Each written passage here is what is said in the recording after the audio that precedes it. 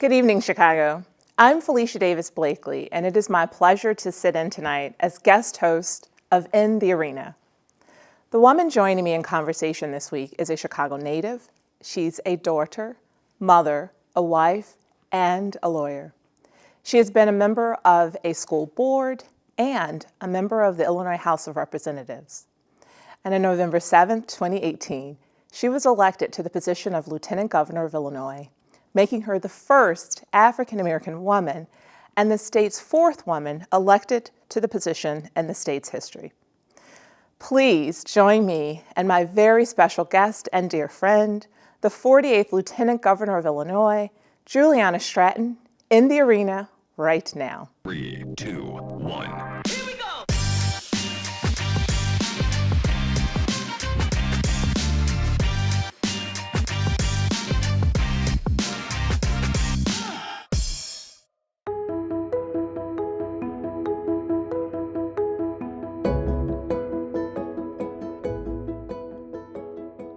Lieutenant Governor Stratton, welcome to In the Arena.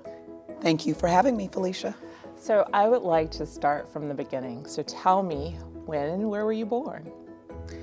Well, I was born right here in Chicago at the Lying In Hospital, which was part of the University of Chicago. I think they've changed that now. And lived on the south side of Chicago for most of my life, although many don't know that when I was very young, my dad was in the Navy and was stationed both in Washington State and also in California. So for just a little bit of time, I lived on a farm in Belfair, Washington when I was about 2 years old. So an early memory, but certainly part of my story. So speaking of your father, Henry, tell me a little bit more about him. Well, my dad just turned 90 years old. Happy birthday. Yes, it was a blessing to celebrate his 90th birthday. We did a Zoom call with all of his siblings who are on the East Coast. And it was fun because he was kind of like, what is this technology? He did not know Zoom, but we set it up. And wait, all this time? He did not know Zoom. But anyway, my dad, he's somebody that has been such an inspiration to me. He, first of all, around the time when I was born, he marched in Selma alongside Dr. King and the late John Lewis, really, sort of as his entree to sort of political activism and kind of using that experience to say, it's important for me to not sit on the sidelines, but to get engaged and fight for voting rights. And so I have this article that he wrote back then in my office, both in Springfield and in Chicago, that is just a reminder of sort of that legacy of activism that's in my family. He's a physician, and he, retired, let's say about 10 years ago, but he has always worked in community, public, sort of like safety net hospitals, serving the community, and always sort of with a focus on how do you lift up our communities and how do you serve the most vulnerable. And I certainly think that my work as Lieutenant Governor has been greatly impacted by the example that I saw in my dad. Some really important early lessons from your father, but not to be outdone by your mom. So tell me about Velma, or you all call her Nani. Well, we called her Nani. The grandchildren called her Nani. I lost my mom in 2016, but Velma, or VK as she was known to most of her close friends. But my mom was a school teacher in the Chicago Public Schools, and then she went on to teach adult literacy at the city colleges of Chicago. So, I grew up seeing this woman who always valued education, was a lifelong learner. There were always books and books and books all over our home, and really helped cultivate a love of reading in me. And for the last 13 years of her life, she lived with me and my family. And she, in the last 3 years of her life, was diagnosed with Alzheimer's-related dementia. And it was the joy of my life to be able to care for her in those final years. And, just to be able to have her in our home where I could be with her, her grandchildren could be with her, and learn from her as much as we could. She was the kindest woman that I have ever met. And, I think about, just how she was just always very sensitive and non-judgmental and, always listened, always had a kind word to say. And I think, again, even as I serve, one of the first things that I did as Lieutenant Governor was create an initiative that was focused on addressing Alzheimer's, and I continue to be an advocate to find a cure. Yes, it's really important work. And I think that piece of her living in the home with you and and your daughters, and to have that intergenerational time, how important and special that was for all of you. Absolutely, absolutely. All right, so do you have siblings? I do have siblings. Tell me about them. So I have one older sister who lives on the East Coast, and then I have a younger sister and a younger brother. So my older sister is 10 years older than me. So technically, when you think about like who's the oldest, you would probably put, they kind of start over after 10 years. So I'm not the oldest, but I am like the oldest. I have those traits Yes, of being the oldest child. People who and we know all you know what will those say- traits are. We know what those traits are. All right, so where did you go to school? So where'd you go to high school? Where did you go to college? Well, I'm a proud graduate of Kenwood Academy, Broncos for life, which is what all of us who attended Kenwood continue to say. It's a strong network.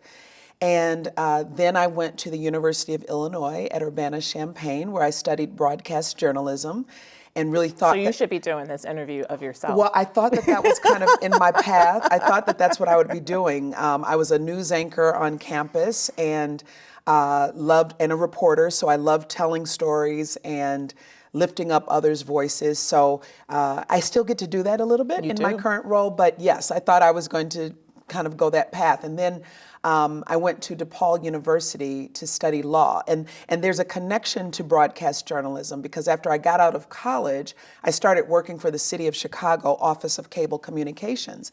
And we were working to put kind of like C-SPAN. We wanted the city council to be on cable TV. But my boss at the time was a black woman who was working in broadcast journalism and in communications, but she was a lawyer. And I didn't really have lawyers in my family. My aunt is a lawyer, but she was on the East Coast, so I didn't, I didn't see it in my face all the time. And she was the one that really inspired me to go to law school. And so after working a couple of years, I left and went to law school. And it was really inspired by someone who was my boss at the time. Does she know? Is she still around? Does she know what you Yes. have become? Oh, that is She does. I've seen her, in fact, recently, and I think I was able to share that story with her. Oh, that is so wonderful. And now you're inspiring other people. Maybe. I hope so. I mean, that is my goal every day. So what prompted you to launch your consulting firm and to focus on conflict resolution and mediation? Well, first of all, conflict is everywhere. And what I think is I really wanted people to not just see the negative side of conflict. Conflict in and of itself is neutral. But how we respond to it can make the situation either more positive or negative. And a lot of times we have a negative reaction to even the word conflict. I don't like conflict, or I avoid conflict, or I'm getting in a conflict with someone. It's always kind of conjures up these negative images. And I wanted more people to understand that there were ways to resolve conflict that can be constructive, that can be positive, that can end up in win-win solutions, that can actually help preserve a relationship, not destroy a relationship. And so that was one side of it. But I think the other side of it was when I was in law school, I was trained as a mediator. And then shortly after graduating from law school, I was trained as a restorative justice peace circle keeper. And both of those sort of were a part of the work that I wanted to do. I practiced law for a few years in a small firm, but I was really interested in the idea of how to bring people together. In court, you are representing one side, and one side's going to win and one side's going to lose. But the concept of mediation is let's come to the table together, let's talk things out, and let's see if we can come up with a solution that works for both of us so that hopefully we can feel like we both won instead of one winning and one losing. And that just felt more in tune with who I am and the kind of contribution that I wanted to make in the world. Wow. So this is really important because I think that I suspect, I'm not down in Springfield often, but I suspect these are skills that you use every day. Every day. Every day. I mean, but not just there, but in family relationships, true. in friendships, I think about anywhere where there are, there's this biblical scripture that says, where two or three are gathered together, I add, there will be conflict. It's like that same concept, but when two or three people are together, you're going to find times that people see things differently or have different opinions. And certainly when it comes to policy making, when it comes to, legislation, when it comes to advocacy and thinking about the kind of change that you want to see in the world, there are going to be people who, first of all, see things very differently about what that outcome should be, but there's also going to be different ways of approaching the problem. And so you need to have the kind of skill set to think of, how can I actively listen so that I can hear what you're trying to say? How can I communicate my perspective to help you understand where I'm coming from? And how can we kind of outline the issues and kind of take them one by one? And we almost find it like a bite-sized approach to solving really big problems in our world and of course in our state. Take it one by one and be proud of the progress that you're making every step of the way. That makes me think about that phrase, how do you eat an elephant? And it's one One bite at a time. That's right. So I'm going to call the roll because your career has been so impressive, and I and many others have had the opportunity to work with you over the years. Director for the Center of Public Safety and Justice at your alma mater, University of Illinois. Well, that one was University of Illinois, At Chicago. That's right. Executive Director of the Cook County Justice Advisory Council. Deputy Hearing Commissioner for the City of Chicago. Department of Business Affairs and Consumer Protection. You're also a founding board member of Chicago's Children's Advocacy Center and served on the board of directors of the Juvenile Protective Association. And so for the work that you did at the Children's Advocacy Center really touches my heart because, as you know, I was a violent crimes detective and working with young victims, survivors of violence was an important part of the work that I did. But the center was really special in helping with healing. Yes. Yeah. And I think one of the ways that I think that what we were attempting to do with the Chicago Children's Advocacy Center is to reduce the trauma that was on top of trauma. It was like the system itself, and we find this in lots of different ways. We can look at the healthcare system, we can look at the criminal legal system, we can look at the education system, we can look at systems, the food system, and find ways that historically trauma or harm is caused by the system itself. And so at the CCAC, what we did do, and they're continuing to do some incredible work, is all of the different stakeholders were housed in one place. Yeah. So a child who unfortunately experienced the harm and the trauma of sexual assault or violence did not have to first go to the hospital and tell their story, then go to the police station and tell their story, and then talk to the social worker and tell their story, and wherever else, state's attorney, the prosecutor. Everybody is housed in that one place in a very sort of child-friendly environment, and they can tell their story once, and everybody can take that information and then provide the best services for that child to help them heal. So, very proud to be a part of the inception of the Children's Advocacy Center. So now we're going to turn to politics. Okay. What was your first elected office? My first elected office was when I ran for the Kenwood Academy Local School Council. So I mentioned that I'm a graduate of Kenwood Academy. I also had daughters attend Kenwood Academy, and I was running to be a parent representative. It's a public high school. It was a neighborhood high school. I believe in public education. I told you my mom was a public school educator. And so I wanted to just kind of support this school. And so I ran. It was a very different campaign than the ones that I ran subsequently. I stood outside of the school gym for a day with about $35 worth of flyers. If only it were this easy right now. It is not that now, but I had my little flyers and I just said, go in the gym and vote for me. And I ended up serving as the chair of the local school council for 2 years. Thank you for that service.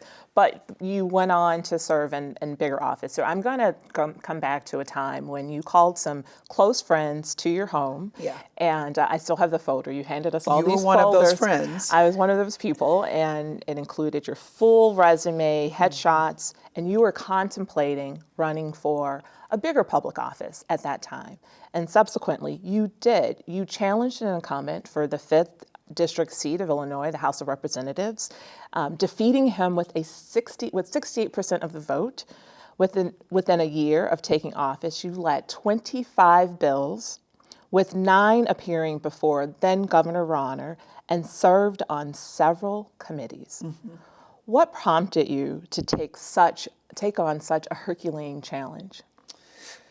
You mean running for office or what I did when I got there? Both. So running for office Yeah. and then hitting the ground running with all of those bills and being really active. Well, I think, first of all, when, I had been a part of a program, Illinois Women's Institute for Leadership, that trains women to run for office, Democratic women to run for statewide office.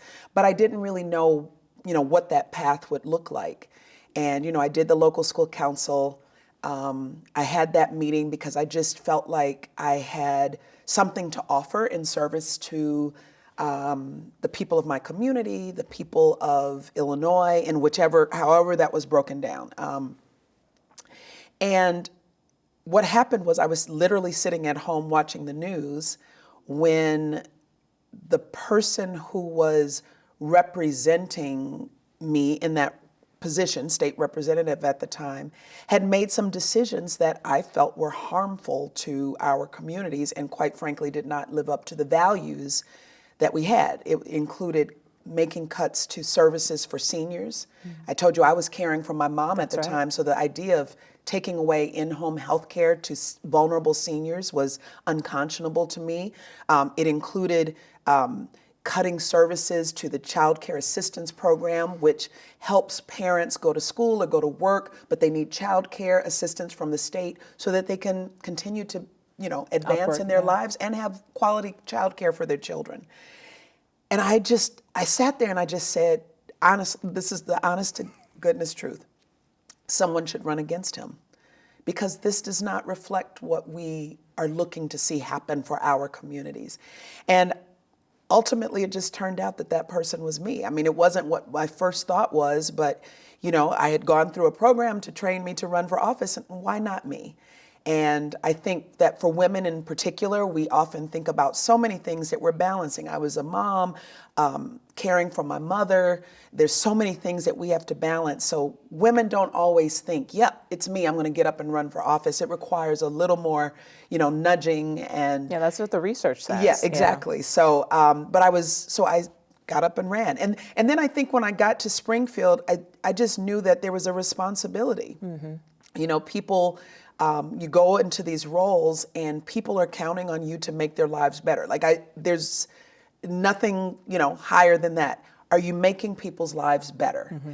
And that's what I intended to do as a state representative. So I rolled up my sleeves and got to work and started thinking about some of the bills that I could pass that could change people's lives, like the Women's Correctional Services Act, the first in the nation, because women who are incarcerated are experiencing higher rates of trauma, and it was important to kind of look at our justice system and look at our correction system, quite frankly, and figure out, are we providing trauma-informed and gender-responsive care?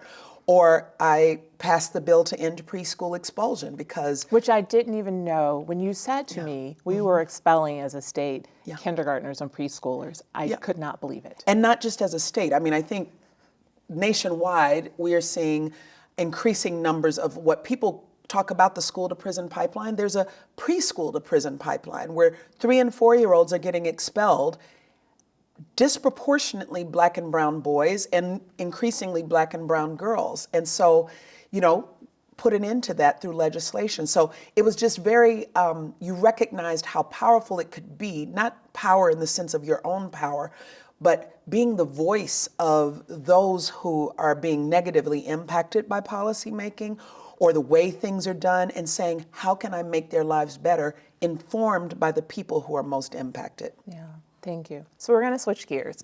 Okay. All right, so tell me, what's harder, being governor or lieutenant governor for the state of Illinois, or being the wife to Brian and a mom? I could just end right there. Being the wife to Brian or being lieutenant governor, but being a mother and a wife, which Yeah. one? Which one's tougher? I don't really view either of them as being tough. You know, I love my job. I love the work that I do every single day. I'm not saying that it's easy every single day. I mean, think about it. We, you know, under the governor's leadership, under Governor Pritzker's leadership, had to help guide the state through a global pandemic, something that we never expected. So I'm not saying that it's easy, but I feel very fortunate and privileged to be in this role. And every day I'm excited to get to serve the people of Illinois. And when it comes to my home life, I mean, I could not do the one without the other. You know, that is my sort of foundation. That is the place where I find peace and am loved and encouraged. So I don't see either of them as tough. Are there challenges there sometimes too? Yes, because where two or three are gathered together, that's where you will find conflict. But it's also, you know, Brian is just an incredible partner as our second gentleman. He understands sort of the demands of the job and recognizes that it's really important to, you know, just be supportive of me as the first, you know, Black woman to be in this space, as the first Black woman to serve as a constitutional officer in our state. There's always going to be, you know, times that people don't always expect that I'm going to be the one in the room, and he believes in me, and he believes that that should be the case. That is so, so wonderful.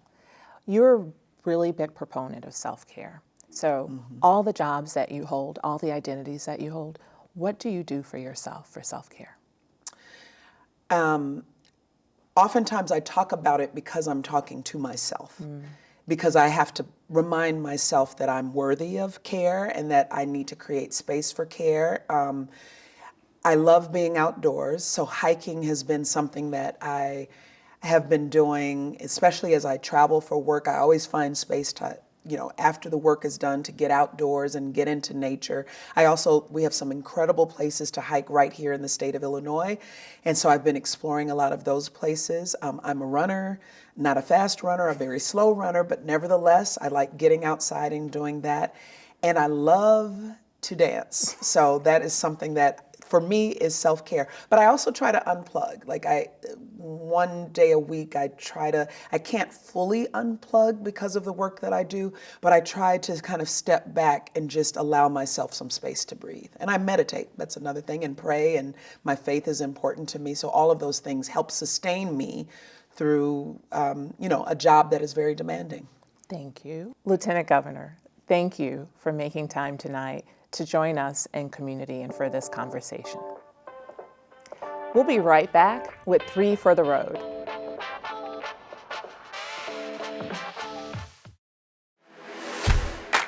What's going on, Chicago? I'm your host, Darius Caffey of The Table on air, where we talk about what's new, what's happening, and what's what in Black LGBTQ culture. Creating our own spaces is key to not having to feel like we constantly have to fight. If you're authentic to yourself, you will never, ever lose. Check us out on cantv.org, the CanTV app, and Channel 19 for some more conversations with our wonderful guests from around the city, both near and far.